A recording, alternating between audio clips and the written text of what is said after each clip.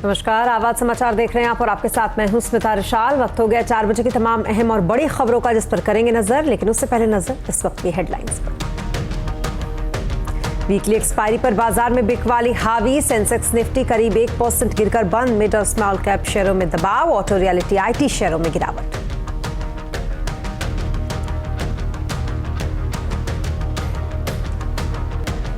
Maharashtra budget में किसानों और महिलाओं को सौगात। केंद्र की तर्ज पर किसानों को सालाना 6,000 रुपए मिलेगा, तो 18 साल पूरा करने पर लड़कियों को मिलेगा 75,000 रुपए। गरीब परिवारों को 5 लाख का मेडिकल बीमा।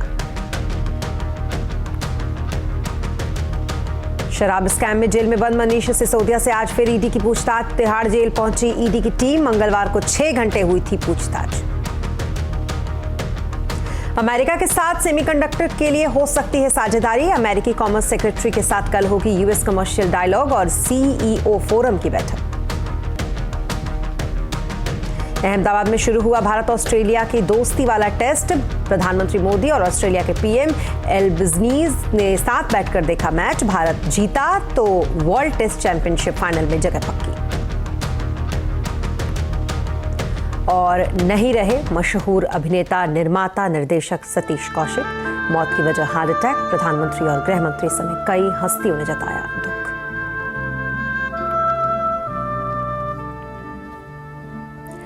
खबरों की शुरुआत महाराष्ट्र से करेंगे, जहां पर डिप्टी CM देवेंद्र फडणवीस ने एकनाथ शिंदे सरकार का पहला बजट पेश किया। बजट में किसानों के लिए बड़ा ऐलान किया गया है। सरकार नमो शेतकारी महासम्मान निधि योजना लागू करेगी। इसके तहत किसानों को हर साल 6,000 रुपए की अतिरिक्त राशि दी जाएगी। इसके अलावा बजट में कई बड़े ऐलान किए गए। बजट के ऐलानों पर ज्यादा जानकारी के लिए हमारे साथ जुड़ने हमारे संवाददाता चलते हैं, उनसे पूछते हैं। बजट के दौरान विवेक, महाराष्ट्र में ये जो बजट में बड़े बड़े ऐलान किए गए हैं वो कौन कौन से और रहे? स्मिता, देखिए, आपको सबसे पहले को बताना चाहेंगे कि देवेंद्र फडणवीस जो महाराष्ट्र सरकार में इस समय होम मिनिस्टर भी हैं और साथ ही साथ फाइनेंस मिनिस्टर भी हैं, और उनके करियर का ये पहला बजट था एज अ फाइनेंस मिनिस्टर। उन्होंने बहुत सौगातें दी हैं महाराष्ट्र की जनता को, और साथ तौर पर ये जो पूरा बजट है वो 5 लाख करोड़ से भी ज्यादा का बजट पेश किया गया है, जिसमें सबसे अहम पॉइंट है किसानों को लेकर काफी ज्यादा यहाँ पर ध्यान दिया गया है। क्योंकि देखिए, अभी कुछ दिन पहले ही जो ओलावृष्टि हुई थी, जो बारिश हुई थी, उसकी वजह से काफी ज्यादा नुकसान हुआ था किसानों को, महाराष्ट्र के किसानों को।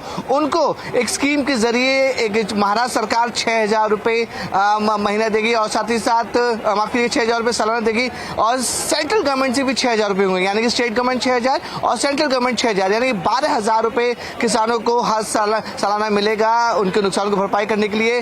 बीमा पर बहुत ज्यादा फोकस किया गया है। 1 रुपया किसान अपनी जो फसल है उसका बीमा करा सकते हैं, और जो भी प्रीमियम होगा वो राज्य सरकार भरेगी।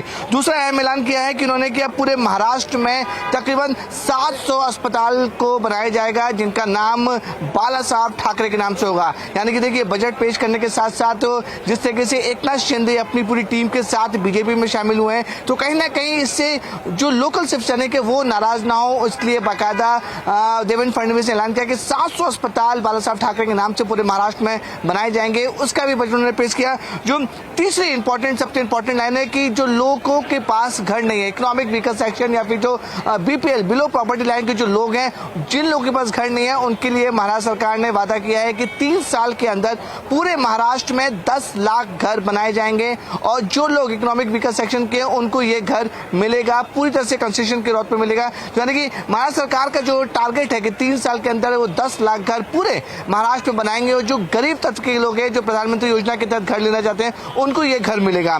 और दूसरा इंपॉर्टेंट पॉइंट है ब्यूटिफिकेशन का। ब्यूटिफिकेशन के लिए सिर्फ मुंबई के लिए देवेंद्र फडणवीस ने 1,729 करोड़ का बजट पास किया है। इसमें जो है जो ब्यूटिफिकेशन होगी मुंबई शहर में, उसके लिए उन्होंने लगभग 1750 करोड़ का बजट पास किया है, जिसमें गार्डन्स होंगे, जो रोड्स होंगे, लाइटिंग होगी, और जो CD लाइटिंग होगी, उनको ब्यूटिफिकेशन करने के लिए ये सरकार ने सिर्फ मुंबई के लिए पेश किया है। बाकी जो दूसरे शहर है उनका भी बजट में सामने आएगा। दूसरे शहरों में कितना बजट है वो उसकी डिटेल से भी आना बाकी है। और MMR रीजन को कनेक्टिविटी के लिए जेटीज बनाए जाएंगे, खासकर जो गेटवे ऑफ इंडिया है जो मुंबई के कोलाबा इलाके में, वहां पे ज्यादा फोकस किया गया है, वहां पे जेटी बनाई जाएगी ताकि मुंबई और नवी मुंबई के साथ साथ जो अलीबाग के लोग हैं उनमें जो कनेक्टिविटी है वो ज्यादा हो सके और लोगों को सहूलियत मिल सके। सबसे ज्यादा फोकस किया गया है एम्प्लॉयमेंट के ऊपर और साथ ही साथ एम्प्लॉयमेंट को लेकर देवेंद्र फडणवीस ने ऐलान किया है कि नागपुर में 1000 एकड़ का एक लॉजिस्टिक हब बनाया जाएगा जो अपने आप में महाराष्ट्र का सबसे बड़ा लॉजिस्टिक हब होगा। वहां पर रोजगार बढ़ाने के लिए वो लॉजिस्टिक हब बनाया गया। 1000 एकड़ का ये जो प्रोजेक्ट है वो नागपुर में बनाया जाएगा। देवेंद्र फडणवीस खुद नागपुर के रहने वाले हैं, इसलिए थोड़ी सी उनको बोल सकते हैं कि सौगात नागपुर वाले को जरूर दी है, क्योंकि IT हब भी नागपुर अब धीरे धीरे बनाया जा रहा है। तो इस तरीके से जो ओवरऑल बजट है वो पूरे महाराष्ट्र सरकार का 5 लाख करोड़ से ज्यादा का बजट है। सब चीज को इसमें फोकस किया गया है, चाहे हम किसान की बात करें, विमेंस की बात करें, अनएम्प्लॉयमेंट की बात करें और जो खासकर जो मेडिकल फैसिलिटीज और ब्यूटिफिकेशन है उन सबको ध्यान रखते हुए इस बजट में लाया गया है। और जो इंपॉर्टेंट जो पॉइंटर्स है जो मैंने आपको बताया कि किस तरीके से किसानों को इस बजट में फायदा होगा, जो एम्प्लॉयमेंट है उसमें इतना फायदा होगा, जो दावा करे कि 75,000 जो 1000 एकड़ का जो लॉजिस्टिक हब बनाया जाएगा सिर्फ नागपुर और नागपुर के आसपास के इलाकों में 75,000 जॉब्स वहां मिलेंगे। तो महाराष्ट्र गवर्नमेंट का और देवेंद्र फडणवीस का जो पहला बजट था उसमें सभी वर्गों को खुश रखने की कोशिश की गई है। महिलाओं की बात करें, बच्चों की बात करें, किसानों की बात करें और एम्प्लॉयमेंट जॉब्स की बात करें, सभी वर्गों को खुश रखने की बात की है। लेकिन हर एक बजट के बाद जो विपक्ष हमेशा नाखुश रहता है, क्योंकि हमेशा वो कहते हैं कि ये विपक्ष आम जनता के लिए नहीं है, किसानों के लिए नहीं है। तो महाराष्ट्र सरकार में भी जो विपक्ष है, अजीत दादा पवार या उद्धव ठाकरे, उनका साफ तौर पर कहना है कि ये बजट बिल्कुल आम जनता के लिए नहीं है। लेकिन जिस तरीके से Devendra Fadnavis as a finance minister उन्होंने पहला बजट पास किया है, तो जो बीजेपी के लोग हैं वो काफी ज्यादा खुश है। उनका दावा है कि आम जनता को इस बजट से काफी ज्यादा फायदा पहुंचेगा। बिल्कुल, विपक्ष भले नाखुश लेकिन बजट में सबको सब कुछ देने की कोशिश विवेक की गई है। कुल मिलाकर बहुत शुक्रिया तमाम डिटेल्स के लिए आपका विवेक। और अब बात करते हैं बाजार की। 3 दिन की तेजी के बाद बाजार में आज फिर से गिरावट का दिन रहा। सुबह से ही बाजार में कंसोलिडेशन देखा गया, लेकिन दिन चढ़ने के साथ ही बाजार में गिरावट बढ़ती गई। आखिरी में सेंसेक्स निफ्टी करीब 1% गिरकर बंद हुआ। ये जानते हैं बाजार का हाल सुमित से। सुमित, सबसे पहले बताइए बाजार के आज के हाईलाइट्स क्या क्या रहे? देखिए, आज वीकली एक्सपायरी का दिन था। भारतीय बाजारों में शुरुआत तो इतनी ज़्यादा खराब नहीं थी, लेकिन सेकंड हाफ तक आते आते इंडेक्स में करीब 1% के आसपास का कट आता हुआ दिखाई पड़ा और जो बिकवाली थी वो प्रिवेल होते हुए दिखाई पड़ी। जब फ्रंट लाइन इंडेक्स में बिकवाली थी करीब 17,600 के इर्द गिर्द इंडेक्स पहुंच गया। और उसके अलावा निफ्टी बैंक में प्रेशर बढ़ा, सेंसेक्स में प्रेशर रहा। मिड कैप स्मॉल कैप हालांकि उतनी ज़्यादा तेज़ बिकवाली में नहीं थे, लेकिन फ्रंट लाइन इंडेक्स के अंदर आज ज़्यादा प्रेशर देखने को मिला। इसके अलावा आज जो बिकवाली थी वो थी अदानी समूह में। लगातार 6 दिन की तेजी के बाद ये पूरा समूह आज प्रेशर के अंदर आता हुआ दिखाई पड़ा वापस। ऑटो, रियल्टी, IT ये कुछ ऐसे नाम थे जहां पर प्रेशर देखने को मिला। इसके अलावा मेटल में आज एक अच्छा मूव था। हालांकि तेजी और ज्यादा थी फर्स्ट हाफ में, लेकिन सेकंड हाफ तक आते थोड़ी तेजी कम हो गई। एनर्जी, FMCG, बैंक ये कुछ और ऐसे नाम थे जहां पर प्रेशर देखने को मिला। लेकिन हाँ, इन टोटल की एक्सपायरी का दिन था तो बाजार के जानकार मान भी रहे थे कि शायद प्रेशर सेकंड हाफ तक एक्सटेंड होता हुआ दिखाई पड़ सकता है। जी, इसके अलावा सेक्टर्स का किस तरीके का हाल सुमित रहा? कहां पर तेजी, कहां पर सुस्ती?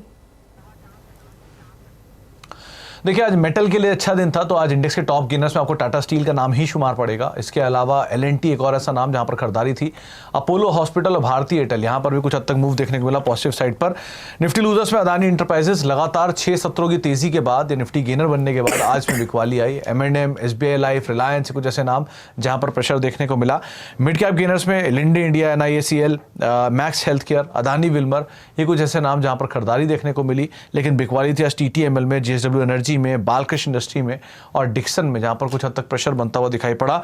ऑटो लूजर्स में आज M&M, Balkrishna industries, tube investments और आइशर मोटर ये कुछ ऐसे नाम थे जहां पर सबसे ज्यादा प्रेशर देखने को मिल रहा था। और PSU बैंकिंग बास्केट्स में आज पंजाब एंड सिंध बैंक में प्रेशर था, इंडियन बैंक में प्रेशर था, यूनियन बैंक में प्रेशर था, PNB में प्रेशर था, जहां पे आज सबसे ज्यादा दबाव बनता हुआ दिखाई पड़ा। लेकिन ओवरऑल एक वीक साइड पे सेशन जिसमें हैवी वेट्स आज तेजी से बिकवाली के साथ कामकाज करते हुए दिखाई पड़े। जी, बहुत शुक्रिया तमाम डिटेल्स के लिए आपका सुमित।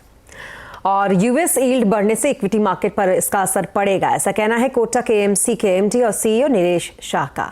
उन्होंने आगे कहा कि बाजार के सामने कई तरीके की चुनौतियां हैं, मगर आने वाले समय में इक्विटी के रिटर्न रेट से अच्छे रहेंगे। इस वक्त अगर हम देखें तो बहुत सारे फैक्टर्स हैं जो एक दूसरे को निगेट कर रहे हैं। यूएस में एक तरफ देख रहे हैं, फेड चेयरमैन कहते हैं रेट्स और ऊपर जाएंगे।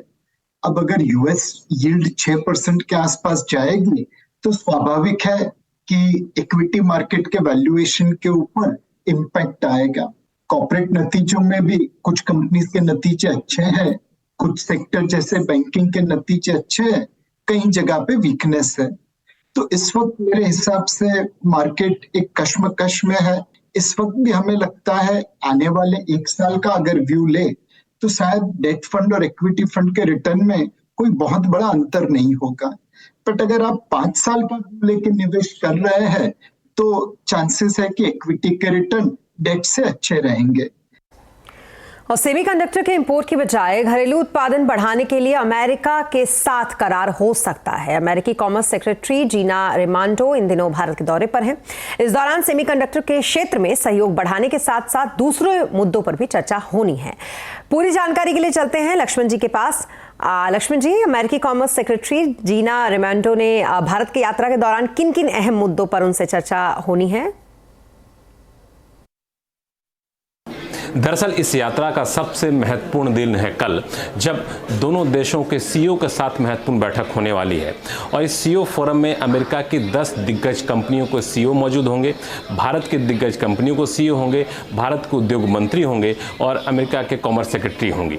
और इस बैठक में दोनों देशों के बीच में व्यापार को, निवेश को कैसे बढ़ावा दिया जाए, इस पर चर्चा होनी है। इसके अलावा यूएसए कमर्शियल डायलॉग की बैठक होने वाली है, जिसमें उद्योग मंत्री होंगे, कॉमर्स सेक्रेटरी होंगे अमेरिका की, और दोनों देशों के वरिष्ठ अधिकारी होंगे। उस पर भी बातचीत होनी अलग अलग मुद्दों पे। लेकिन सबसे महत्वपूर्ण मुद्दा इस पूरे यात्रा के दौरान जो उठने वाला है, जो कल की बैठक में भी छाया रह सकता है, वह है सेमीकंडक्टर को लेकर के।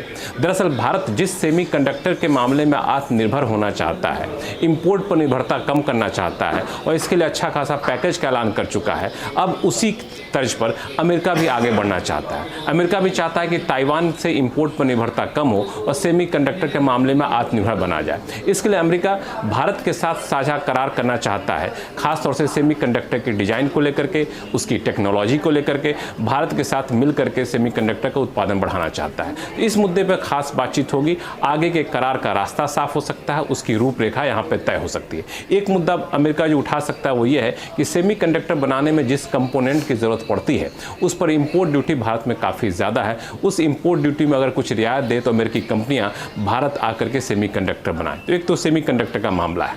दूसरा जो महत्वपूर्ण मुद्दा है कि दोनों देशों के बीच में निवेश को कैसे बढ़ावा दिया जाए, जो व्यापार करने में जो भी रुकावटें हैं उसको कम कैसे किया जाए, सप्लाई चेन को कैसे दुरुस्त किया जाए, टेक्नोलॉजी के आदान प्रदान को कैसे बढ़ावा दिया जाए। लेकिन इस बातचीत के दौरान दो चीज़ों पर खास निगाहें होंगी। एक होगा ई कॉमर्स को कैसे बढ़ावा दिया जाए, दूसरा देश से बाहर डेटा ले जाने पर जो अलग अलग चर्चाएं चल रही हैं, प्रतिबंध लगाने की बातचीत हो रही है, उस पर अमेरिका दबाव डाल सकता है कि ऐसा ना किया जाए, डेटा फ्लो जो है उसको खुला रखा जाए। तो ये कुछ महत्वपूर्ण मुद्दे हैं जिस पर नजर होंगी इस यात्रा के दौरान और खासतौर से कल होने वाली बैठक के दौरान। जी, बहुत शुक्रिया तमाम डिटेल्स के लिए आपका लक्ष्मण जी। और इस बीच जीना रेमांडो से CNBC TV 18 ने भी खास बातचीत की। उन्होंने अपने होली खेलने के अनुभव को शानदार बताया। उन्होंने हंसते हंसते ये भी कहा कि उन्हें बालों में से रंग निकालने के लिए 3 बार शैम्पू करना पड़ा है। Yesterday, I had the opportunity to participate in the Holi celebration. Did you have fun? So fun. I had 3 shampoos, though, to get through the rest of my day. और अब बात करेंगे मनीष सिसोदिया की, जिनको ईडी ने आज तिहाड़ जेल में दूसरी बार पूछताछ उनसे की। ये पूछताछ शराब कारोबारियों से 100 करोड़ की रिश्वत लेने के आरोप को लेकर हुई है। सिसोदिया से फोन बदलकर सबूत मिटाने, होलसेल शराब में प्रॉफिट मार्जिन बढ़ाने और पॉलिसी बदलने को लेकर पूछताछ हुई। शुक्रवार को भी सिसोदिया से पूछताछ हो सकती है। सिसोदिया को 26 फरवरी को गिरफ्तार किया गया था। कोर्ट ने सिसोदिया को 20 मार्च तक के लिए न्यायिक हिरासत में भेजा है। वहीं दिल्ली शराब पॉलिसी केस में के चंद्रशेखर राव की बेटी के कविता से ईडी 11 मार्च को पूछताछ करेगी। पहले कविता को आज ही पूछताछ के लिए बुलाया गया था, लेकिन अब उनसे 11 मार्च को पूछताछ होगी।